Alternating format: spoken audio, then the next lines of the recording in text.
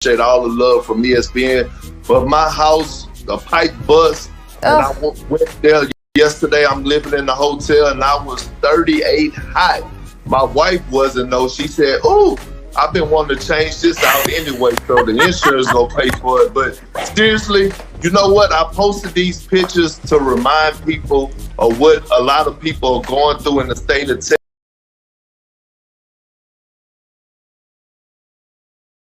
Texas, and to pray for not only me, but for the ones who don't have house insurance and are less fortunate, who can't afford to get these problems fixed, because a lot of people are dealing with these same issues. Fizz, you see those pictures, they're rough. Yeah, it's a sad state of affairs. And like Perk and I was talking off the air, you know, Texas has gone through it from a weather standpoint. When you talk about, they got 55 inches of rain dumped on them not too long ago in one sitting.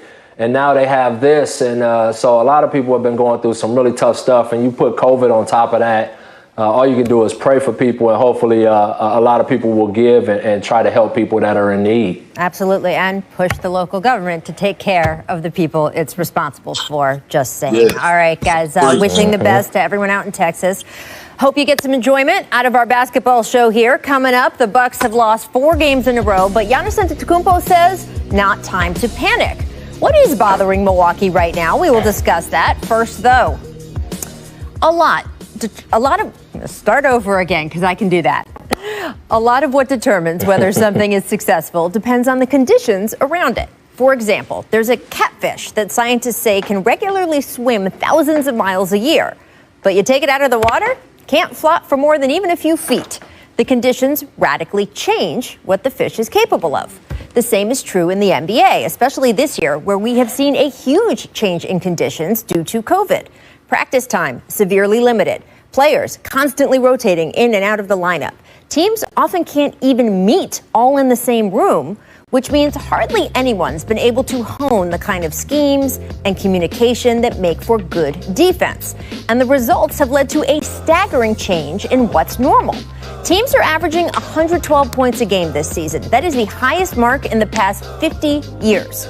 Meanwhile, what used to be a terrible defensive rating is now merely average. 5 years ago, the Lakers had the worst defense in the NBA. If they were defending at that exact same rate today, they'd rank in the top half of the league. So what happens when conditions shift this drastically? Well, enter the Nets, a team with almost limitless offensive potential, but plenty of weaknesses defensively. And in a normal year, that might mean Brooklyn could only climb so far in the standings. In a normal year, chemistry problems might arise from the fact that KD, Kyrie, James Harden have only been able to play 7 games together so far. But in this year, in these conditions, the Nets are thriving. Take last night's game against the Suns, who have been thriving themselves in this over-caffeinated season. Both Durant and Kyrie were sitting with injuries, and Phoenix took advantage early with, an explosion of offense. Devin Booker was cooking. The Suns scored 42 points in the second quarter alone. Phoenix led 75-54 at halftime. 75 at halftime, which would have been notable except for how the Nets were then able to storm back, getting a huge boost from its role players who not only tightened the score, but actually defended enough to stop the bleeding. Still, Chris Paul was out there looking more like 25 than 35. He scored the Suns' final 11 points straight, including this a bit of point guard magic there. That's nice. And then 3. After 3, Chris Paul. Woo. But James Harden right there with him. Get the little finger roll. A little nice. Then with 31 seconds on the clock, it's the pull-up and money. The Nets hold on to win. It was the biggest second half comeback in franchise history. Because of course it was. In this season, we see records being broken nearly every single night. In this season, conditions are different. Some teams are going to be able to swim a whole lot further than they might otherwise. No one more so, apparently, than the Brooklyn Nets. So, Perk, what was the most impressive part to you of the Nets' comeback last night? Well, it was James Harden, and I think he gave us all a friendly reminder on why he led the league in scoring for 3 straight years. When you look at this big 3 in Brooklyn, when they all 3 are on the court together, James Harden takes a back seat and sacrifice and move to that point guard position where we all was questioning why is James Harden only getting 15 shots or why he only took 12 shots, but he's also leading the league in assists. But with Kevin Durant and Kyrie Irving being out, James Harden said, you know what, let me remind the world that I could still put the ball in the basket in great fashion. And he did just that against a tough Phoenix Suns team who had been on the tear. So when I look at what happened last night, James Harden was the most impressive thing because dealing with this COVID situation, we don't know what could happen in the postseason. Kevin Durant might be out during the course of a series, and James Harden might have to step up and go back to the James Harden of old. So I was more impressed by James Harden in the way that he dominated that second half. Yeah, Perk, I think you hit it on the head, brother. But, first off, Phoenix is a team that's learning how to do it for 48 minutes, night in, night out. So you're going to see Phoenix have losses like this. This is going to happen as they mature around Chris Paul, Crowder, veterans like that. But with that being said, what I think the credit really should be going to Sean Marks and the roster construction. Because not only does he have big-time stars on this team that can carry you night in, night out if somebody's out, but the role players, they got really good role players. They're so deep. They got a guy like Tyler Johnson, who is the third point guard on their team, scoring 17 last night. We know what Joe Harris can do.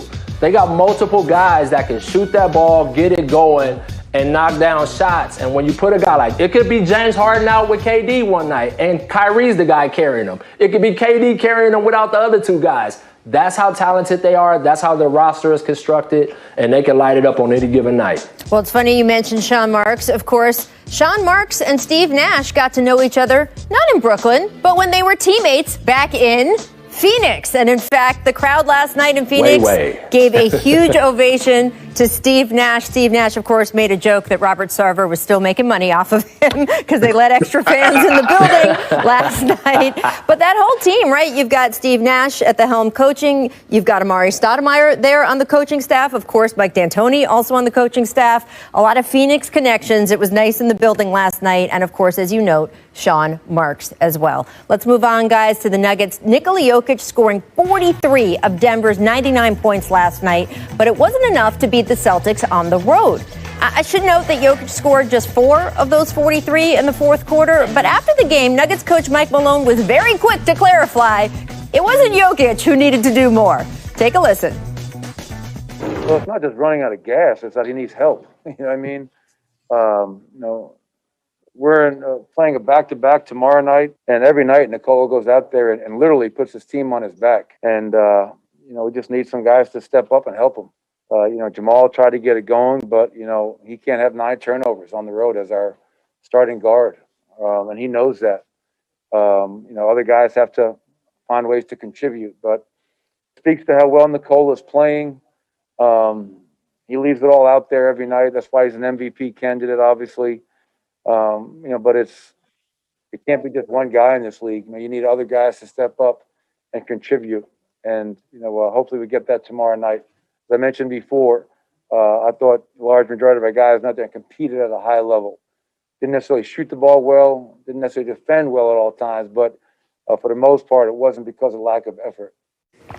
So, Perk, you heard Coach Malone there saying other guys need to step up around Jokic. I know you are not afraid, my friend, to name some names. So go ahead. Who is he talking about? He's talking to Jamal Murray. I mean, point blank, period. When you think about it, Jamal Murray gave us that great sample size in the bubble last year in the postseason. And we said, hey, he is a rising superstar. Well, he has not lived up to this season. His season average this season is the same as last season in the regular season, and that is not enough. We are looking for big things out of him. Donovan Mitchell has elevated his game. It's time for Jamal Murray to do the same. 19 points a night is not going to cut it. He needs to be in that 25, 26-point range. And he was talking, I think, look, I'm going to put an address on it for Coach Mike Malone. He was talking to Jamal Murray. I think that's one of the guys, Perk, but I also think he was talking to Porter Jr. in some respects, too. He had a donut. And so When you got a guy that could score in bunches and score with scoring is his thing, you can't show up with a donut. And you got to figure out other ways to score. It can't be I didn't get my plays called, I didn't get a pass. You got to go get some easy buckets. You got to run the floor. You got to go get an offensive rebound put back. You got to make a back cut. You got to get yourself going somehow. I remember a lot of times Bron and D-Wade would always say, if I could get a couple of layups, everything else is going to get going for me. If I can get fouled, everything else will get going. And for some reason, Porter Jr. didn't have that in his game last night. He didn't have that force in his game, and I think he will respond. But I agree, Jamal Murray's one of the guys, and no one's going to be harder on himself than a guy like Jamal Murray. But I think, too, Jamal Murray's got to start playing in the now. He can't be worried about last year's bubble and all of these expectations and all of that crap. That's noise. That's ego-driven crap. He needs to just get that noise out of his head, focus in on being the player that he can be. Oh, he's instant energy. He manufactures his own game. His role, every coach would love a Luke Dort. I know I would. We were talking about Bubble Murray, and big win for the Pels last night, but check out this bang out by Ja. Look at this. So good. Even Zion reacts here. Take a look. Perk, were you like Zion when you're sitting at home? Look, I'm telling you, listen, Zion and John Morant are must-see TV. But look, I love the way that both of these guys support one another. I agree. South Carolina boys. Yeah. And that was very Russell Westbrookish. Ooh.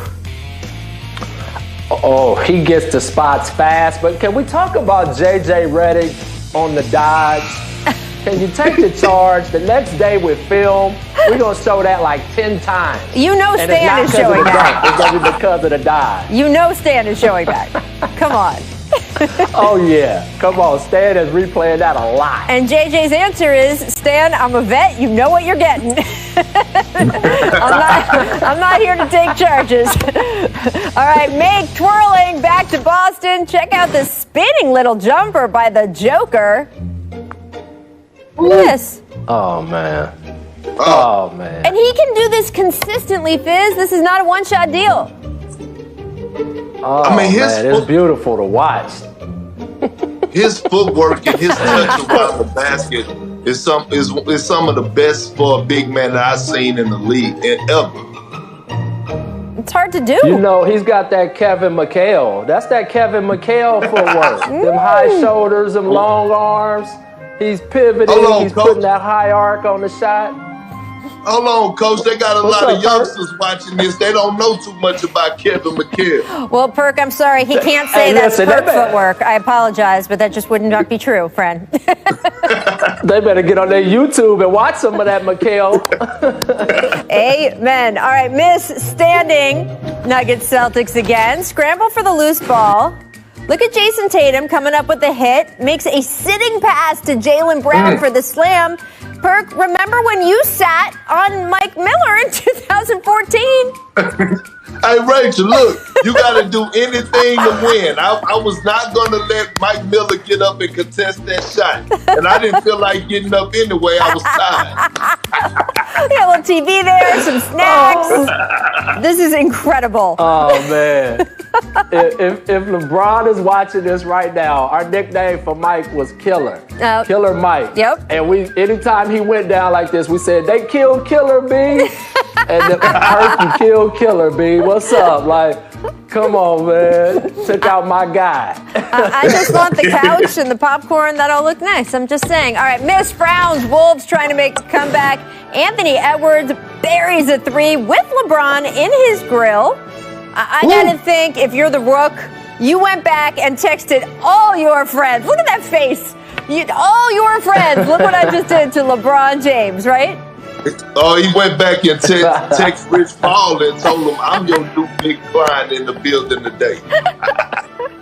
Aw, look at that. So nice. All right. I love it. Let's stick with the Wolves here, guys, because former All-Star guard D'Angelo Russell will undergo arthroscopic surgery today. It's going to remove a loose body in his left knee. Whenever I have to say that sentence, it's always kind of creepy. Anyway, it's expected to miss 4 to 6 weeks. When the Wolves traded for Russell more than a year ago, they, of course, envisioned pairing him with his friend Karl Anthony Towns. That duo, though, has played a grand total. This is incredible. Only 5 games together since the trade due to various issues, injuries, of course, the shutdown. Coach Fizz, where do the Wolves go from here? Cat just came back from his battle with COVID, and now D'Angelo's out for more than a month. I think the Wolves are going to take a big, deep breath right now and chill out and be patient, because this is what they've had to deal with. These are just unforeseen circumstances that have come up since they've gotten D'Lo. When you talk about COVID, the bubble, just everything that's happened to Karl Anthony Towns and his family, and now this with D'Lo, I think you just got to be patient, because one thing you know, when both of those guys are healthy and playing, they are good basketball players, and on many nights they can be great. And I think with that friendship, you just got to wait it out, and good things will start coming their way. Other guys will be able to fill roles that they're not normally used to filling. They'll get better in that just because they have that experience and those touches and those opportunities. And so once they do get totally healthy, they'll be a better basketball team. But they're stuck right now where they are. They got a good coaching staff, a hell of a coach in Ryan Saunders, and those guys will stick together, and hopefully they can get back to a place of health.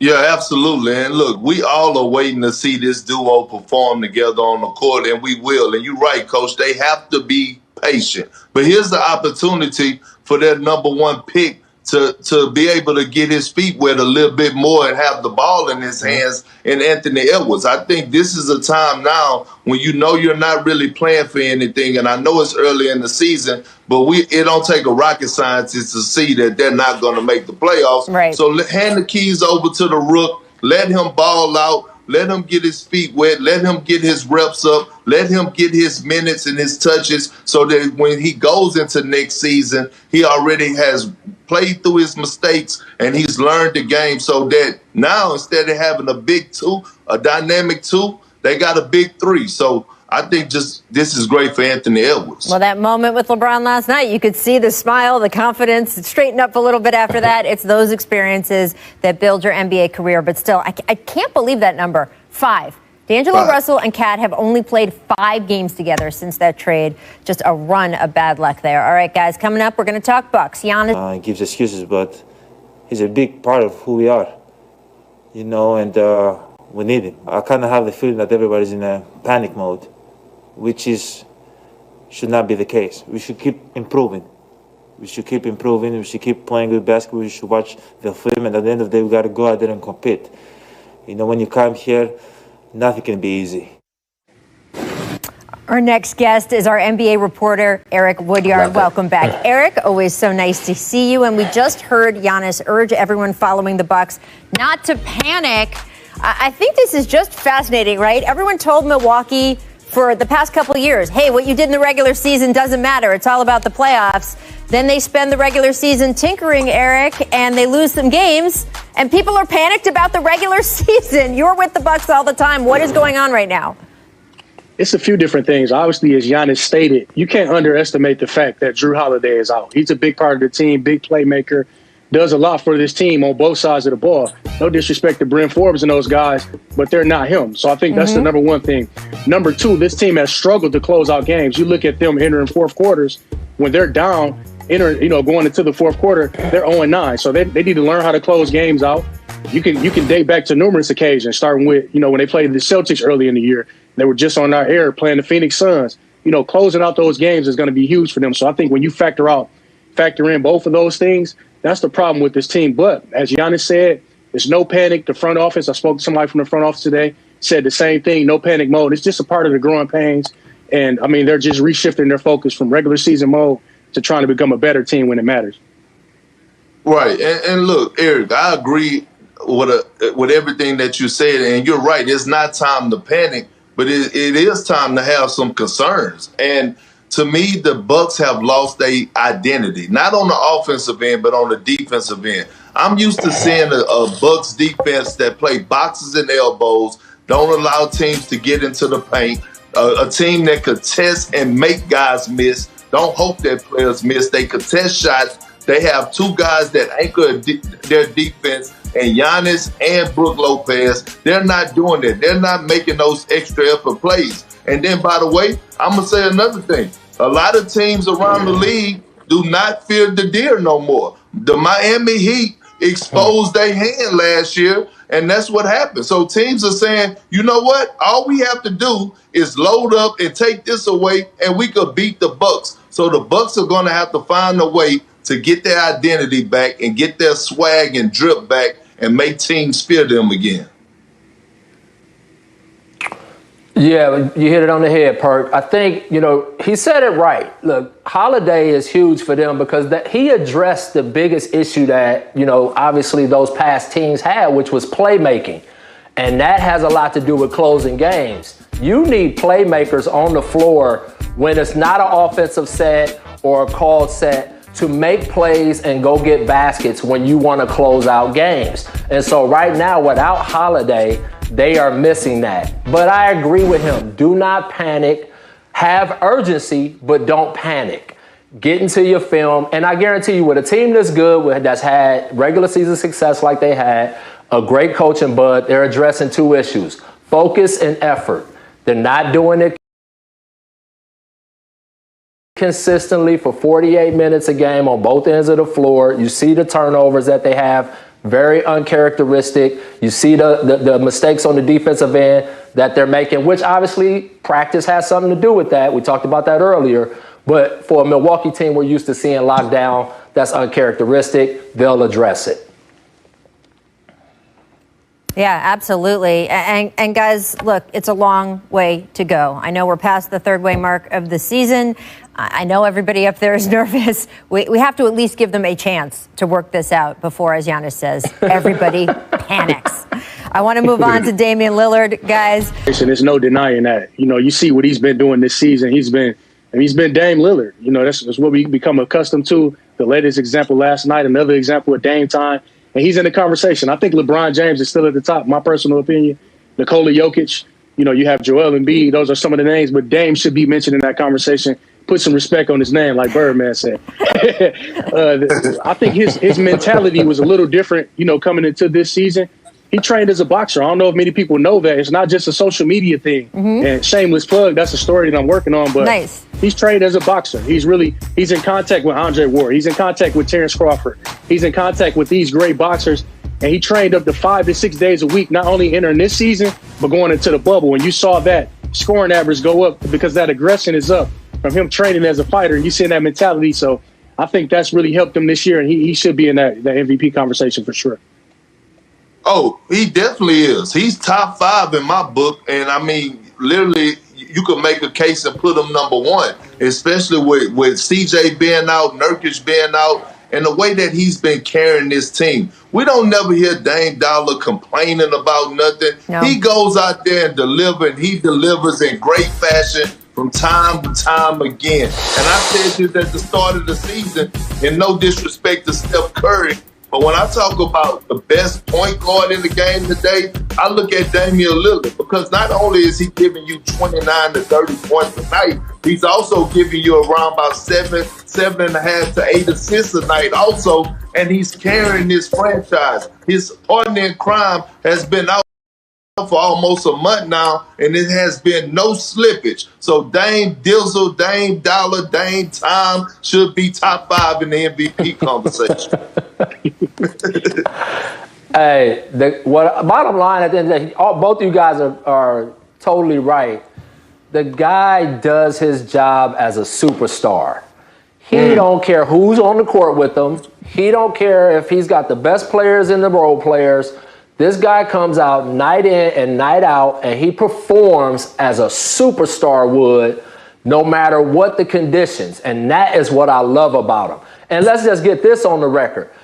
Out of all of the MVP candidates we just named, is there any one guy that's more clutch than Dame Dollar?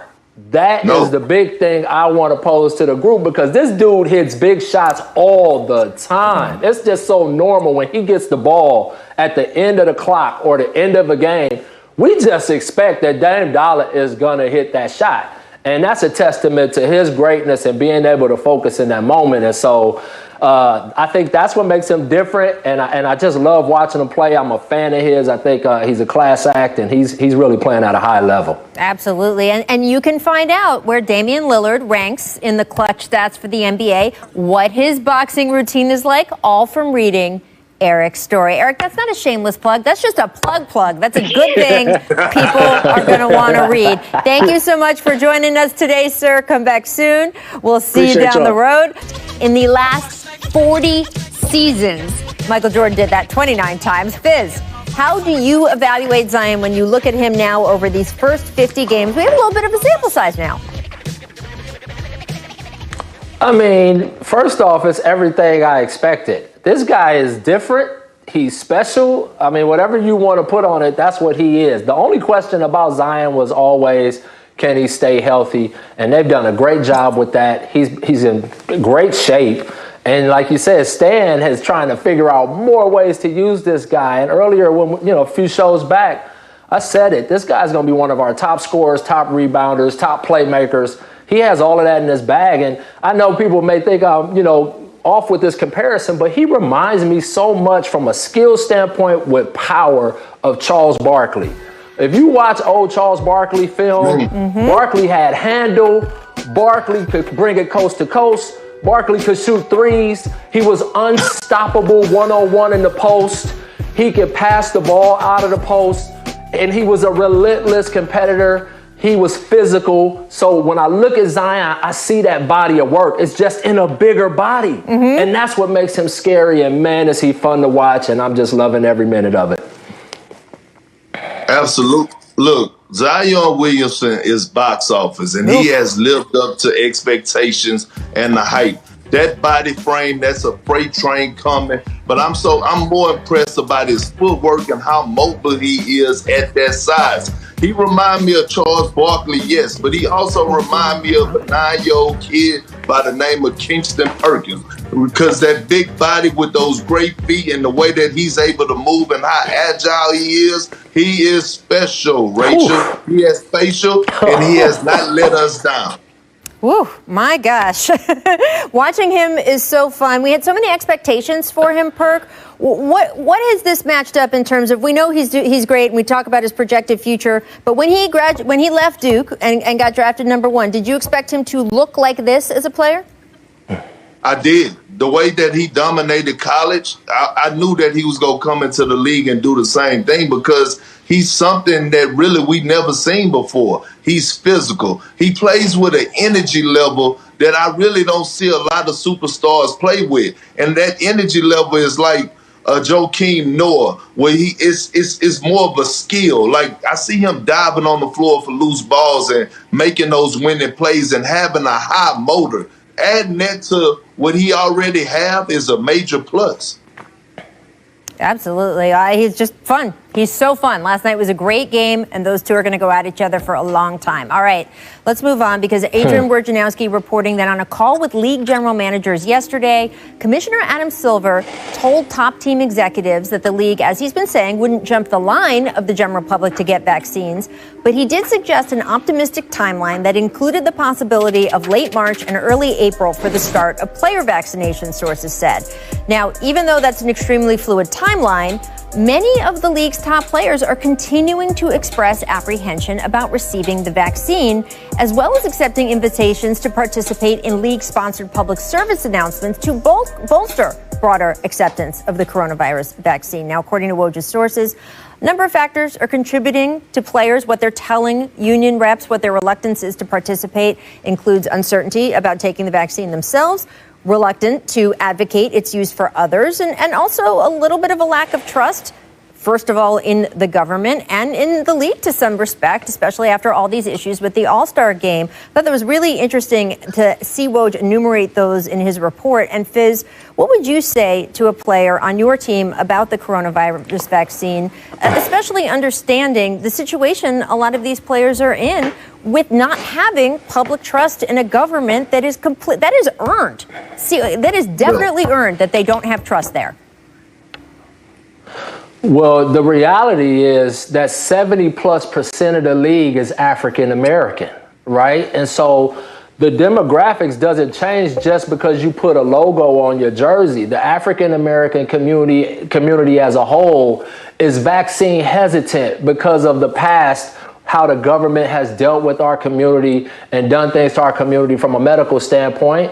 That obviously creates pause. And so that doesn't change just because guys are in the league. And so we have to be mindful of that. And I remember when I was trying to get guys to get flu shots, and I didn't have the education. I was still thinking, as an African-American kid that grew up in a neighborhood that was fearful of doctors in a lot of ways. And I sat down with Dr. Callahan of the Knicks. She broke down the flu shot to me. She got all of the misconceptions out in front of me and told me, the truth about the vaccine. And I sat down with the players. She sat down with the players. We gave them the education, so now they could make a sound decision based on facts.